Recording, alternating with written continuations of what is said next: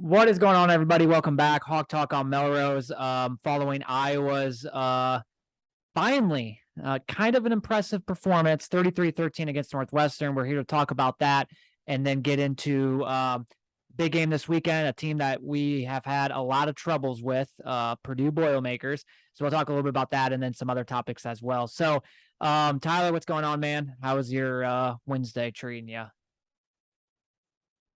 Pretty dang good. I just got off work, so got off work here at 5 and we're starting the podcast up about 15 minutes later and just it's been a busy day, but yeah, excited to finally talk about an Iowa football win and a win in convincing fashion. So it's finally Oh, some positive, I feel like, news on this end. yeah, it's definitely going to be a little bit more, a little bit more positive. It's been what, negative the last like four or I'm five not here to be episodes. negative today, so yeah. It's honestly probably been negative pretty much since the first game. I mean, every Yeah. game it's been pretty disappointing. Even the wins have been maybe after Yep. the Rutgers game, maybe was pretty positive because that was a good game. But yeah, we finally did the charm this last weekend and we took care of business.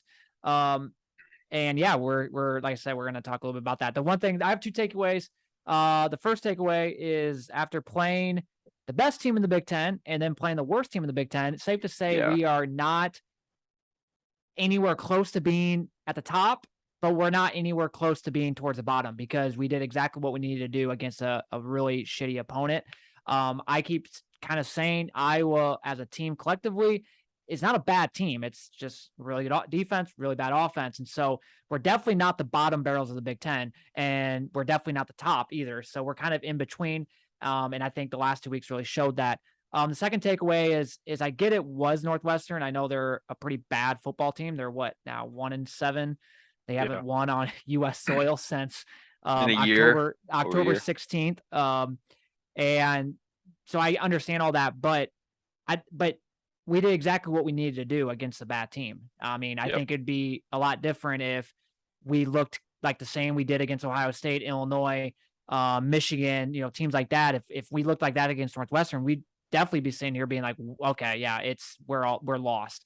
And so yeah, coming out and even though we only put up 33 points, and there were still times where it was kind of like what the heck, but for the most part, we did what we needed to do against a really bad team. So there's not really much to be mad about, and there's really not much to sit here and try to say that we're back because I think we're still a long ways from that. But definitely a much needed performance to kind of go on this now 4 game really important stretch of the season. This next 4 games are going to determine, well, number one, are we going to make a bowl game? Can we still have a good year? We have what, 3 trophy games still to go. I mean, you could make the case all 4 games are kind of rivalry games because even the Purdue game, I mean, they've had our number. Charlie Jones, Tyrone Tracy. I mean, you can maybe consider that being almost like a rival to us now. And then definitely the last 3 games: Minnesota, Nebraska, and Wisconsin. So yeah, still a lot ahead of us, and yeah, we'll push forward. What are your thoughts? Yeah, I think you're exactly right.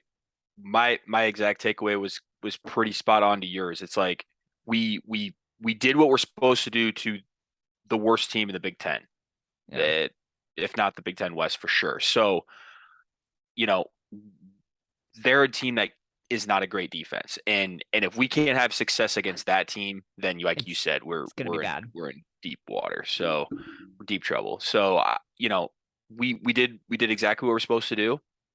And, once again, defense played phenomenal. Offense finally got something going. The run game was just Yep. phenomenal to see. The offensive line looked comfortable, looked better. Spencer finally looked like he belonged out on the field. And, not just for a spurt or a play or two, but for an entire game. And so Yeah. that was positive. And like you said, I'm not going to be over like for me, I'm not going to be overly optimistic because like this is a team that we're supposed to do this to. Um, but anything is better than nothing right now for this team and this offense. And if you were to tell me that we were going to put up 33 points against Northwestern, I would take that in a heartbeat. So Yeah. we did what we're supposed to do. We played well. I just hope my big thing and my big takeaway is I hope and I pray that we take something away from this and Build on it. push forward and build on it, especially against a team that we cannot beat in Purdue. And so we'll see, right? We'll see. Yeah, you definitely need the offense against a team like Purdue, and we'll talk a little bit about that game because Purdue's going to put up points. Couple other things with the Northwestern game, I guess. Were you surprised if we kind of rewind here a little bit? Going into the game, we all thought maybe Padilla might get the chance, and Yeah. we rolled out with Petrus, and he ended up having a good day. So I mean, all is fine. But were you a little surprised by that? Because I was. I mean, I was and I wasn't. I Yeah. mean, it's kind of like, well, they Well, just we talked about it. I still think it would have been fair to give him a full week of first team reps, let him play against Northwestern, and if you'll know, like you'll know if he's not the guy in that game, yeah. right? We kind of already know what we have with Spencer, and so that's kind of the thing that we're talking about. It's like I know that Iowa's built on the now, and we don't want to look ahead, but like if we're gonna be realistic, we're fighting for a bowl game right now, and I mean, at this point, it's like, yeah, why not try to look to next year? And maybe it wouldn't even be Padilla. I don't know, but give the guy a chance. We've seen Spencer do what he did, and it's been very bad. And up until last week, and listen, I'll give Spencer all the credit in the world. He played really well, but I think it helps that our offensive line played so much better. Yeah. Obviously opened up lanes for the run game, which opened up everything else, and then obviously gave Spencer quite a bit of time in the pocket. So I just think if you give Padilla that same situation, I think he can succeed in that too. I really don't see that if there's a huge gap between the two. It doesn't surprise me at all because I just think with like Ferentz too, it's like he doesn't want to roll out Padilla because Padilla is going to look pretty good, just like Right. Petrus. That's I what I mean, I think mean. any quarterback was going to look good on Saturday with how well our run game was going, how well our offensive line was Yeah. blocking, how bad Northwestern is. I think any quarterback would be good in that situation, and it would look so for the coaching standpoint of Padilla actually. So it makes sense why they kept Petrus in there. Yeah. But I will say, and we keep saying this, Petrus, when you give him time and number one, when the run game's going and that's when the defense, has to focus on the run game and you give him time in the pocket, he can make decent throws here or there. It's when he's literally pressured on every down because he's such a bad, being able to escape the pocket awareness is horrible. So give him a little bit of time, he's not bad, and you saw that on Saturday. He was a lot, he seemed more poised and actually threw some good balls.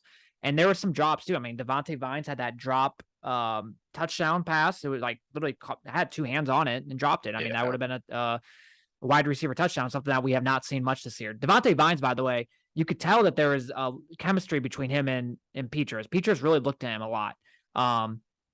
It's like weird because like Petrus and like, for example, Petrus and Bruce, he doesn't ever really look to Bruce. Like it just seems like their chemistry is off. But with him and Vines, it almost seems like in practice a lot, he must go to Vines a lot because he's very comfortable. He always looks Vines' way. I noticed that on Saturday. So I think that's something moving forward that will be good because I just don't think Keegan Johnson's gonna be back. I mean, there's been nothing about him.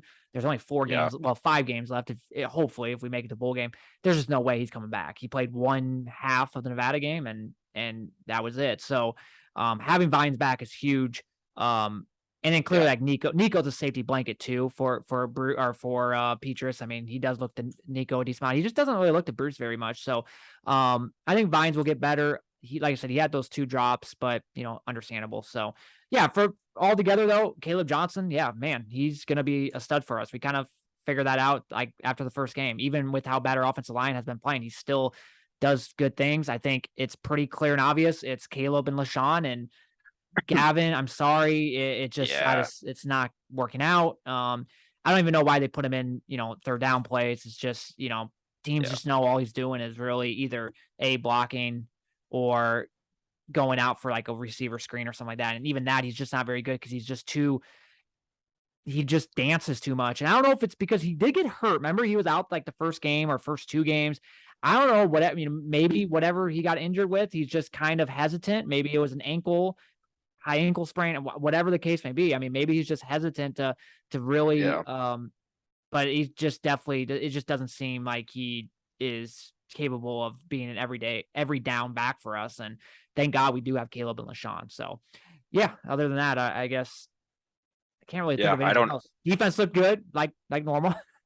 Yeah, no, I mean, it's another stellar performance. I think we gave up a kind of a touchdown at the end with the Yeah, backups in, with right? backups. Yeah, So which it should have been basically 33-7. I mean, they So couldn't do anything. I mean, there was a no, couple drives where they would drive, just like any team. I mean, you're gonna get a couple first downs, but other than that, it yeah, was like, yeah, game no, over. I, the question I want to ask you, Con, is did we do anything different? Did you see anything different, or was it just the product of playing a bad Northwestern team and we even though we're bad, like they're that bad on defense? Well, one thing I will say, and I forgot to text you this during the game, but I don't know if you noticed it, but we were doing a lot more like motions, pre-snap motions. Did you Yes. notice that? Yep. We were doing a Yep. lot more pre-snap motions. So maybe that was a little bit different, maybe trying to get the defense kind of on their heels a little bit. So one way. yeah, Yep. so I did notice that. And, but other than that, I mean, not really. I mean, everything just seemed the same. I just think it comes down to, we finally put everything together in a way. And then also, yeah, Northwestern's defense is just terrible. So, Yeah. living here in Lincoln, it's been kind of fun, kind of giving people shit this week about, it's like, wow, your team must really be bad to lose to that team, because that team is horrible.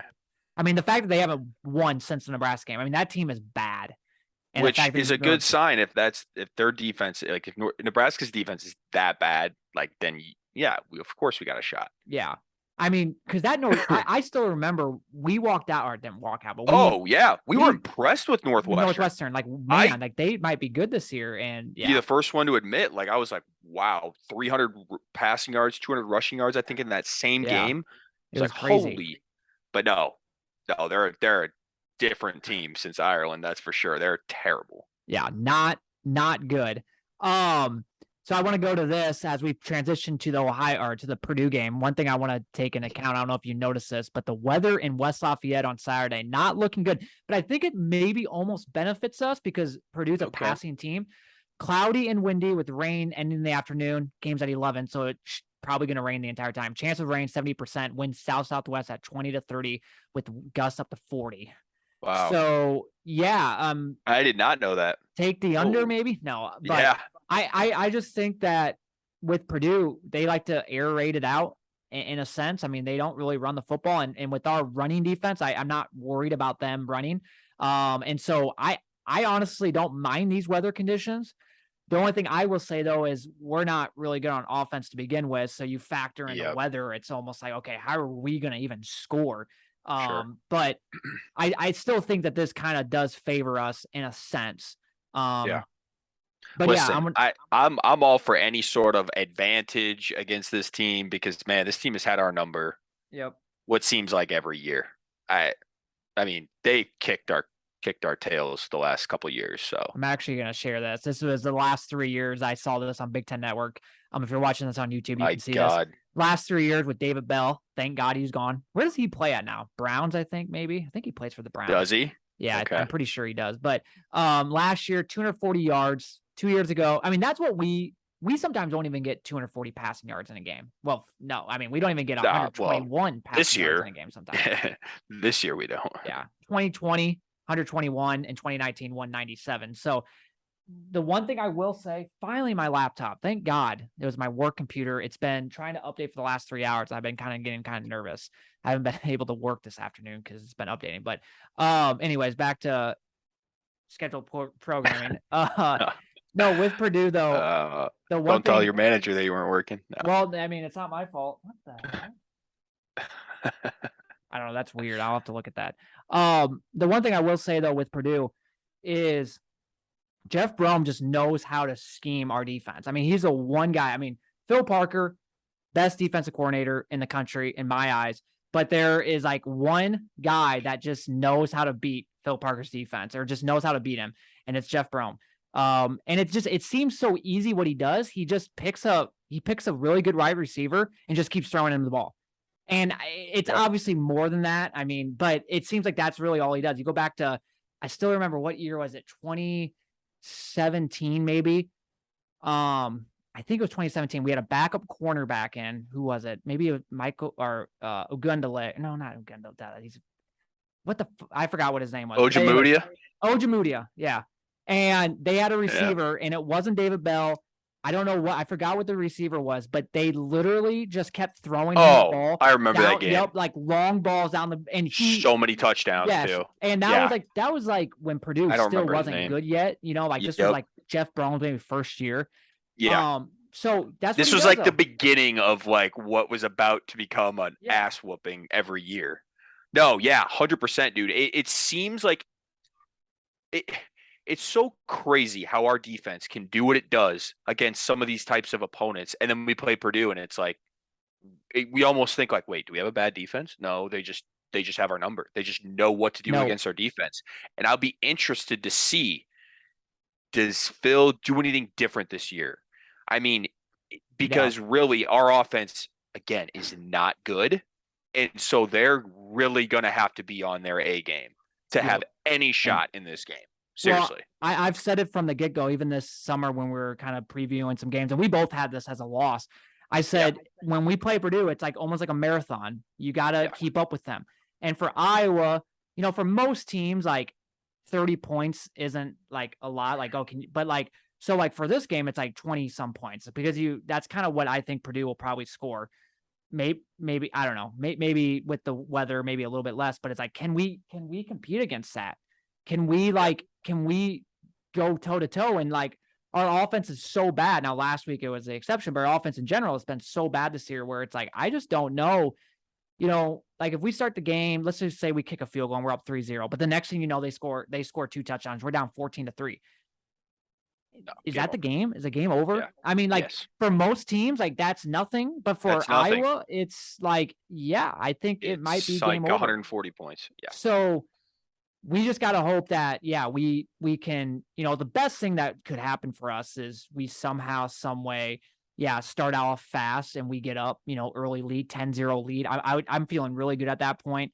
But we are not built. We're usually not built to come from too far behind. And this year is obviously the extreme of that. Like we cannot afford to get down by more than a single digits single score, a 1-score game.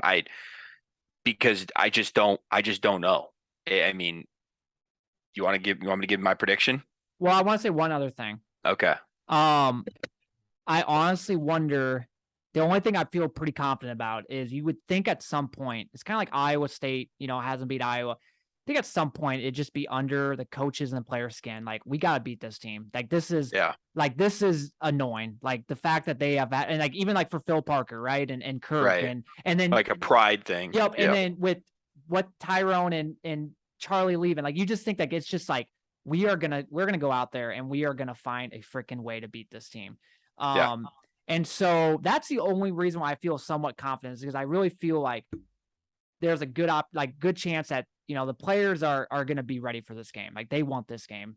And so I'm really hoping that, I can, your prediction. Oh, wait, one other thing. Okay, go ahead.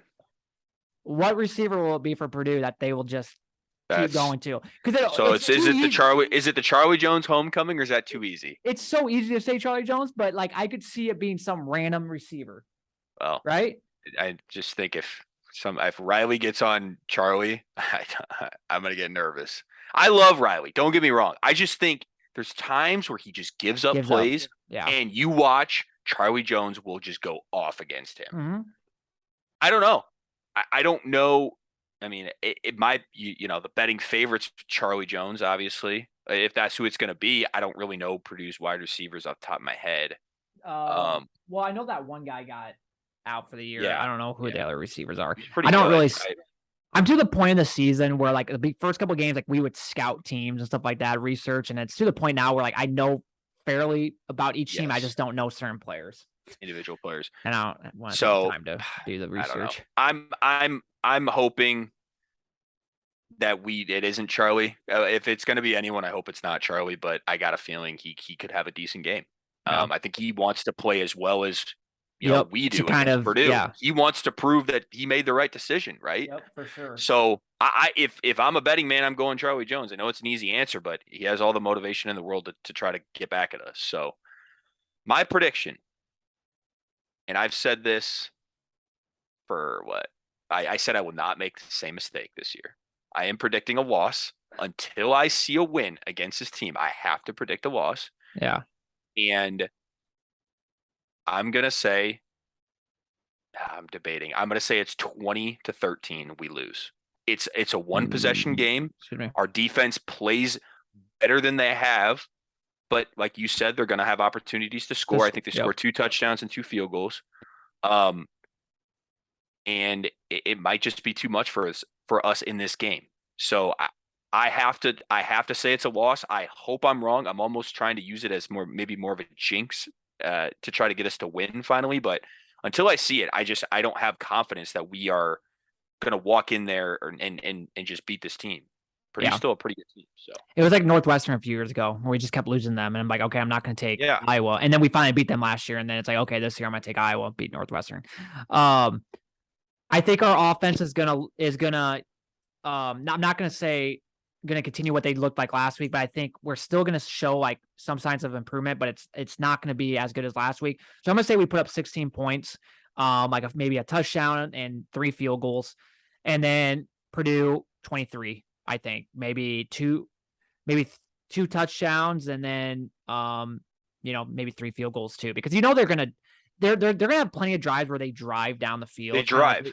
They've done that. Yeah. And then our hope is bend but don't break. And then so I'm just thinking that a couple occasions they will score a touchdown. And then now here's the thing, like I said, with the weather. Was it really quick? Wasn't it last year like they didn't score as many points as like for the amount of yards that they got? Yeah, they only scored 20, they drove. They only scored 24 points. I'm actually gonna share the screen here and actually look up the last couple of years.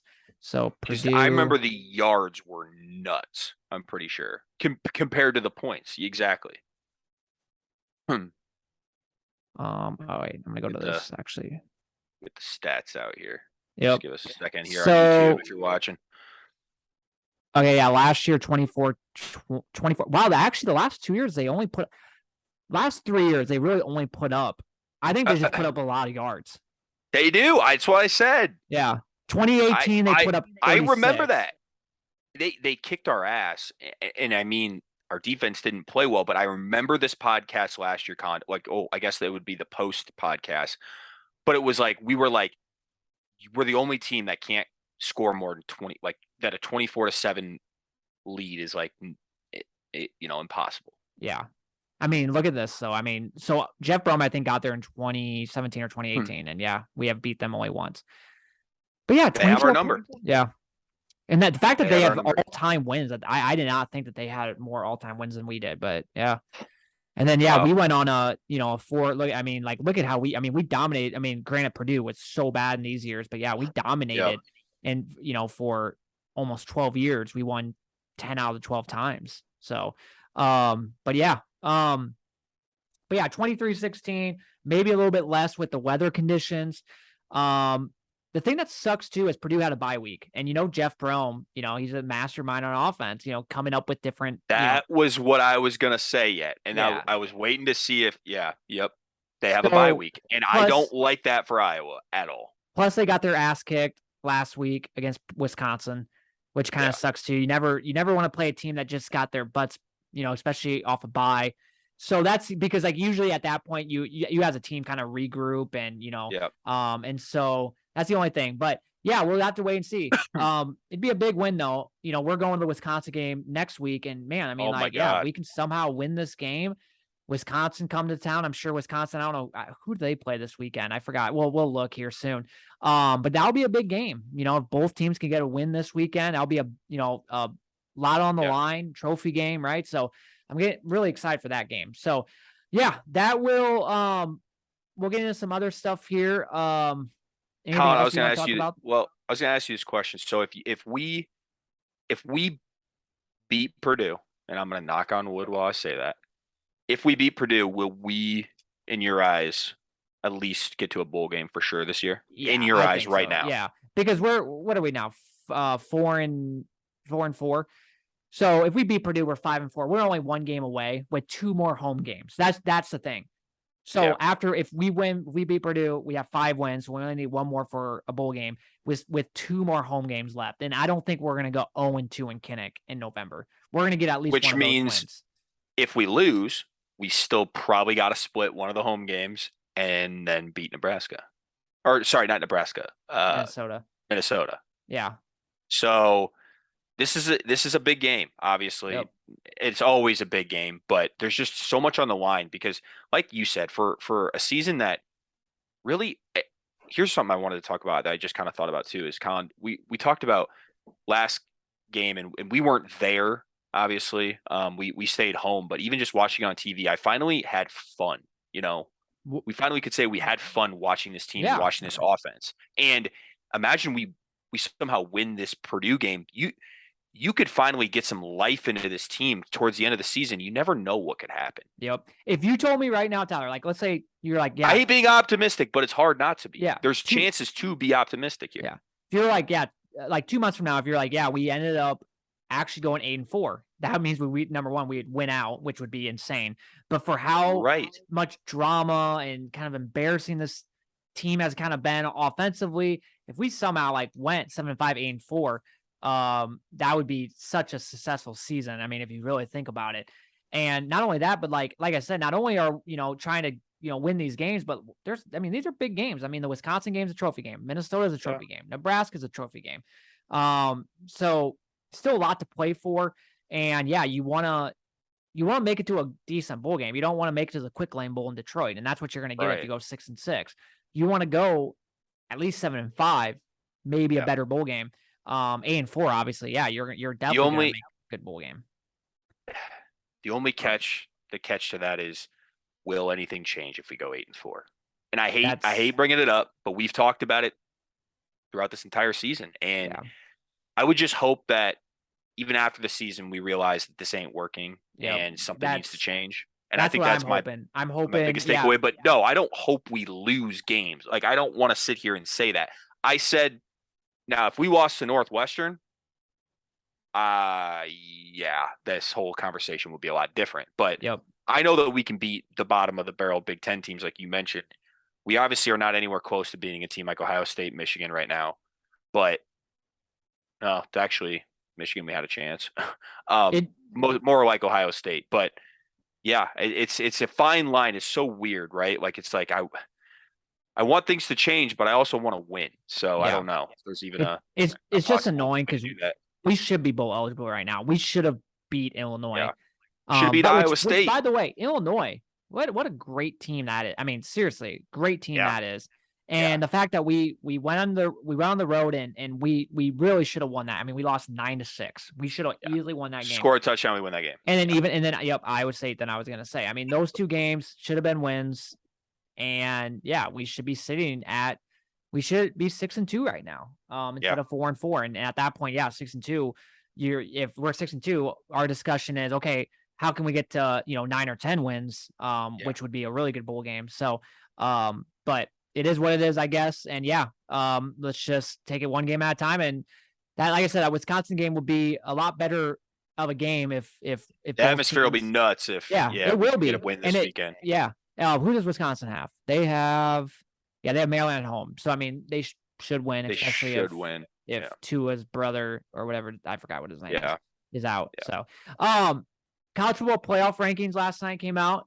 Kind of talk a little bit about this. Tennessee at number 1, Ohio State at 2, Georgia 3, Clemson 4, Michigan 5, and Alabama at 6. I guess the only thing I'm fine with Tennessee, Ohio State, Georgia.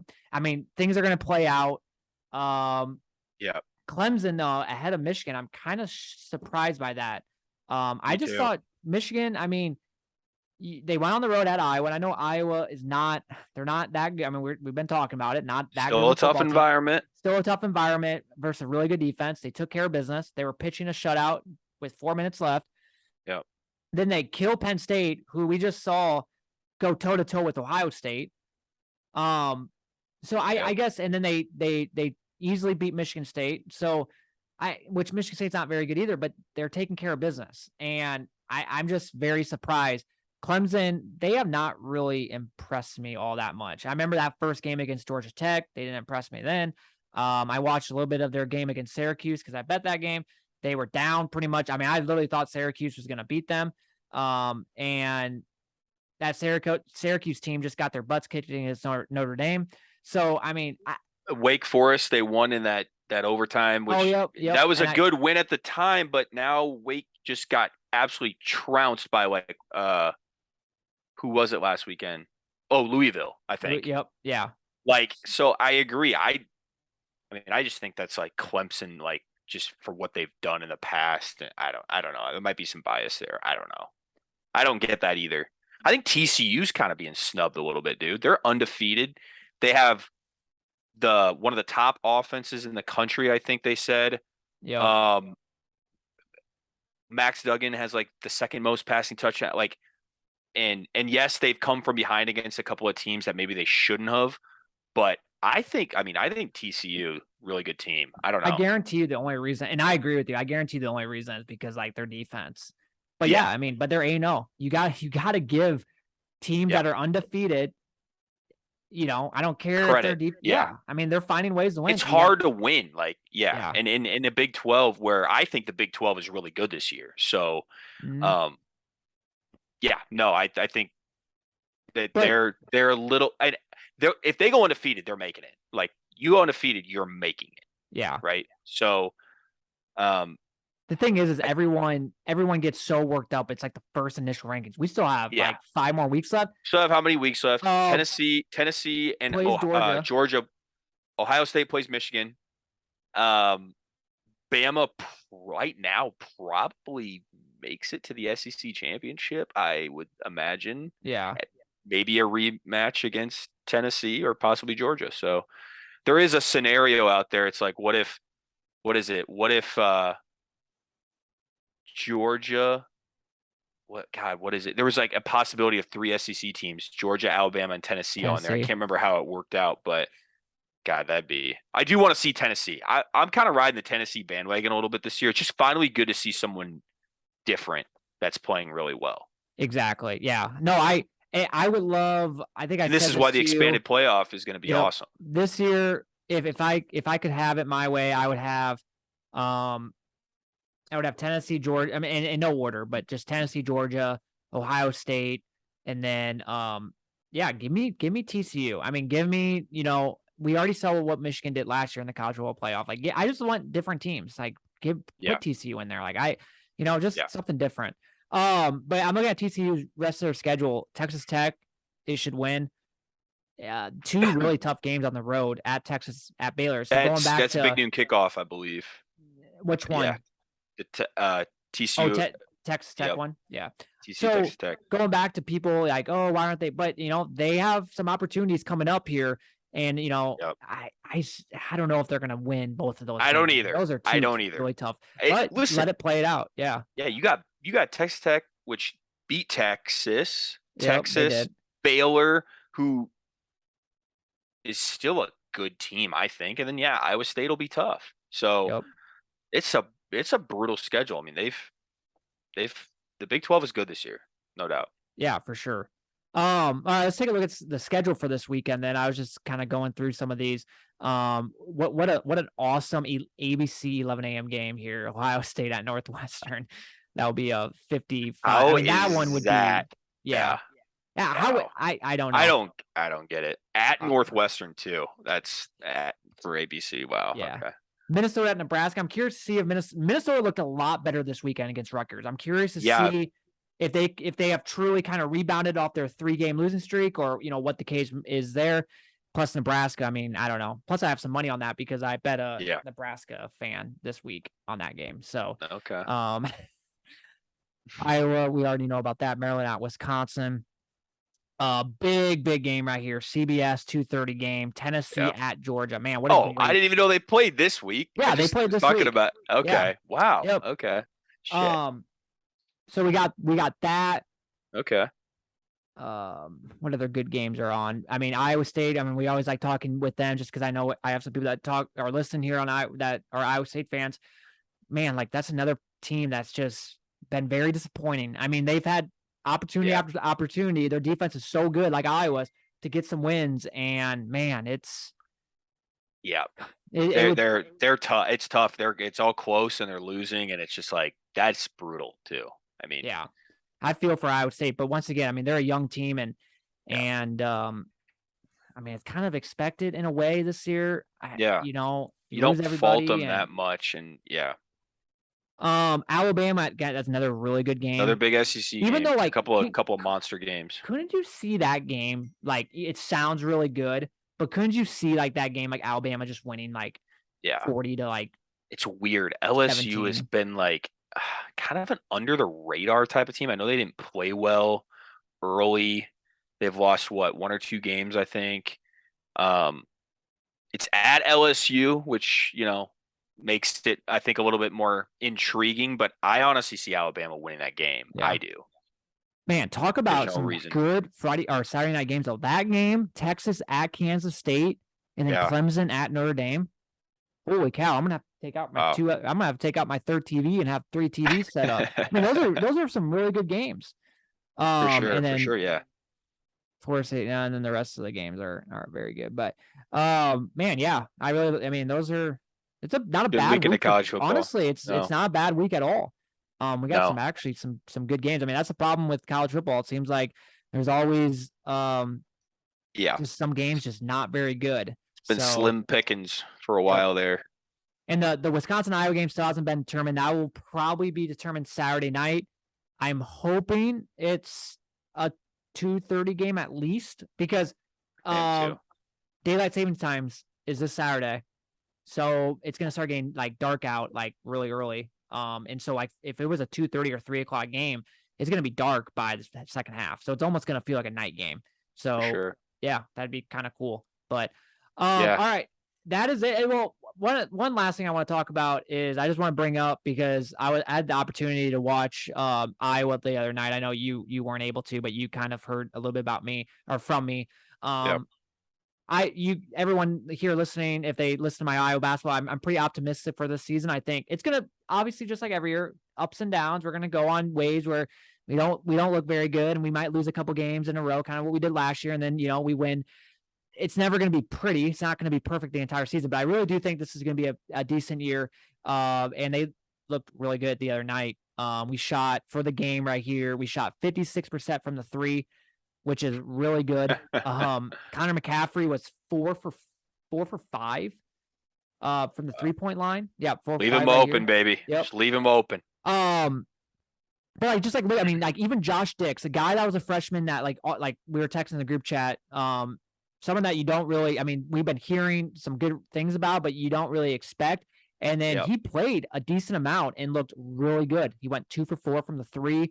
Desante Bowen, that freshman, he only had a few points, but he had some good assists. I mean, he had 8 assists. I mean, he was dishing the ball. If he can be that guy for us, Rebraca looks way faster and more toned. Like he just looks more built this year. So you could definitely tell he's been working in the weight room. A little bit bigger. Yep. And then we already know about Murray and Tony Perkins, both studs. But yeah, I'm really pumped for this team. I really am. The only thing that kind of concerns me is we got, and just like last year, we got to be able to rebound. You can see here their team, they had 8 offensive rebounds. I mean, that's not, you got to be better than that. We had 6, they had 8. You got to be able to rebound. That's something that, you just, because we're not that big. We don't have the centers at, Philip Rebraca is not, he's not going to move anybody down low. So I agree. Rebounding will be another, it always seems like it's one of those mystery, sort of things that can be concerning in a game like, for example, you play Purdue where it has that freaking 7-footer dude. You got Illinois, last year with Kofi Coburn, just things like that where you just know that's the mismatch going into the game. Yep, exactly. And I think kind of looking at this too, and I know it's an expedition game, but it kind of shows you, I think, the guys that will play. Obviously you got the starting 5, but I think Bowen will play a lot this year. Connor McCaffrey, Josh Dix, and Ogundele will be the guys off the bench. Also, keep in mind, Aaron Eulis didn't play this game, and he's going to be an important factor for us too. So he'll be in the mix as well. So that's a 10-man rotation. I like to get that number down to 8 or 9 in basketball. Just having too many guys, maybe. So maybe you could. I don't think Ogundele, unless we absolutely need him, will probably play a lot. I just don't think. I mean, because he's still, dude, like, you could just tell he gets so winded. He's still not. I mean, someone tweeted and made a good point. He went in the transfer portal and decided to stay at Iowa. Almost kind of like a red flag. Like, when do you ever see that? A guy goes in the transfer portal but ends up coming back. Like, I've never seen that before. So does that mean he's just not? Yeah, I just doesn't want to work, he's just not. I just don't think he's quite there yet. He's not very good. Yep, and some people tweeted that too. He's just quite not. I mean, he ended up having, what was it? 7, something like that. Yeah, 7 points, couple of rebounds. I mean, but he just gets so. I just, unless we absolutely need him, because let's say Rebracha gets in foul trouble. I think Chris Murray might play the center sometimes, right? I mean, we're very lengthy. I mean, we're not. That's the thing. Like, we're not. We don't have a bunch of big guys down low, but we're all together a pretty lengthy team. I mean, Payne Sanford, who's 6'7", I would say, or something like that. I mean, he's playing shooting guard. I mean, yeah, we're a very lengthy team. But man, I love Tony Perkins at the point guard too. He's such a stud, and on defense, dude. Like, if you watch the game, he was getting steals. He was all over. I mean, he had 3 steals, as you can see here. I mean, he was he did really good. So really excited for this team. They play next Monday. You'll be able to watch it. It's on ESPNU. Yeah. It's their first game of the year. So I'm pumped. It's crazy how that's here. Like, I know, right? like, awesome. I know we haven't talked about it at all, but wow. But college basketball is here. Like that. It's awesome. And NBA's been here, but not interested. Besides, following up on Keegan, which we've talked about a little bit. And he's averaging 17.4 points per game right now. He's a freaking stud, dude. Pretty good start. And someone made a good point. Like, if I'm the Kings, come next year, I get Chris Murray, especially if he falls to the second. Like, let's say he ends up not going. I definitely would. How cool would that be? Oh my God. But one other thing too, it's gonna be a fun winter, because not only do we have men's basketball, but I'm gonna definitely follow women's with Caitlin Clark. I mean, 100%. Oh my God. So for sure, it's gonna be a fun winter with these two teams. Once again, last year was so fun for Iowa. It was awesome. Iowa men and women's basketball. God, it was so fun. It makes and we were doing good in football and like. And we transitioned. I mean, because that's awesome. The thing. When your team's stuck in the wintertime, it makes the winter go by so slow that if you're you have things to look forward to at night. I mean, it's a cold winter night. There's nothing else on. That's something that you can look forward to. We're going to. It's official. Me and you, and I think your family. We're going to the Iowa home against Illinois game, February awesome. 4th, I believe. 4th. Yeah, that'll be a great game. I can't wait. And Valentine's Day? No, that's 14th. 14th. Come on, Tyler. I wouldn't know. No, yeah, I'm super pumped for that game. We have pretty damn good seats. So, and I've never never seen Illinois. So, I'm so pumped. And hopefully at that point, a lot to look forward to this Iowa basketball team this year. Yeah. That's for sure. And hopefully at that point we're actually doing good and competitive that's a big game. And good. I mean, that's a big game. I really do think if Iowa, and I'm not just saying this, but if from what I saw the other night, I know it's only expedition. If we can just be consistent on different things with the Big Ten kind of down this year. I mean, there was a lot of guys that left from last year. Well, that's my question: is who's expected to win the Big Ten this year in basketball? Indiana. And then who? I knew Indiana. But that's the thing. Like, it seems kind of wide open. Yeah. So yeah, and the way I look at it is, if you get top 7 seed in the Big Ten, you're gonna make the tournament. So if Iowa can finish 7 or better, you're for surely gonna make the tournament. So and I think this team could easily be top 5, finish top 5 in the Big Ten. I really do. They're not always going to shoot the ball like they did the other night. I'm not saying that. It's just that's the way basketball works. Yep. But man, when you got you just got so many options. I mean, when one guy is not playing very good, I mean, you have so many other options to go to. But now I feel like Tony Perkins is now a scorer, which is really good to see. Like, he just attacks and can shoot the 3 clearly. Can shoot the 3 like. Yep. And last year he came on late, and I just and he's such a good defender. I love, like you said, I love Tony Perkins, Chris Murray. Yeah. That kind of backcourt combination right there is Payne Sanford. lethal. I mean, Peyton Sanford. he's Yep. another guy I always kind of forget about. It's like He's a stud. Yeah. He can shoot it, man. One So, player Hey. I'm really hoping takes that next step, and we didn't see him the other night, was Aaron Eulis. I think if you told me right now that he's much improved, him coming off the bench will only help us, because he was suspended, right? Yep, he was suspended. Yeah. And if not, I mean, I think Bowen's going to start taking his minutes, because Bowen looked really good the other night. He really did, for being a freshman. So, or Josh Dix. I mean, another guy that Iowa boy. It seems like Fran always finds those guys, that are, Iowa boys. You look at, Mike Gazelle, Wieskamp, players like that. So, all right, well, that will do it for this episode. We will be back. We're probably going to like once a week, right? Yeah, at this once point, a week. I think we can combine all of it into like about an hour. So I think that's kind of our this was plan actually less than an hour, which was perfect. Yeah. This was like 45 minutes, 45-minute long podcast, which is great for our great listeners. So, yep. But yeah, we'll be back again next week, going over to Purdue and talking Wisconsin, and gotta get a win, man. Probably talk a little Iowa basketball as well. So got to get the win. Got to find a way. Got to beat this team. So for sure. All right, man. Well, have a good night. Thank you guys all for listening. And until then, go Hawks.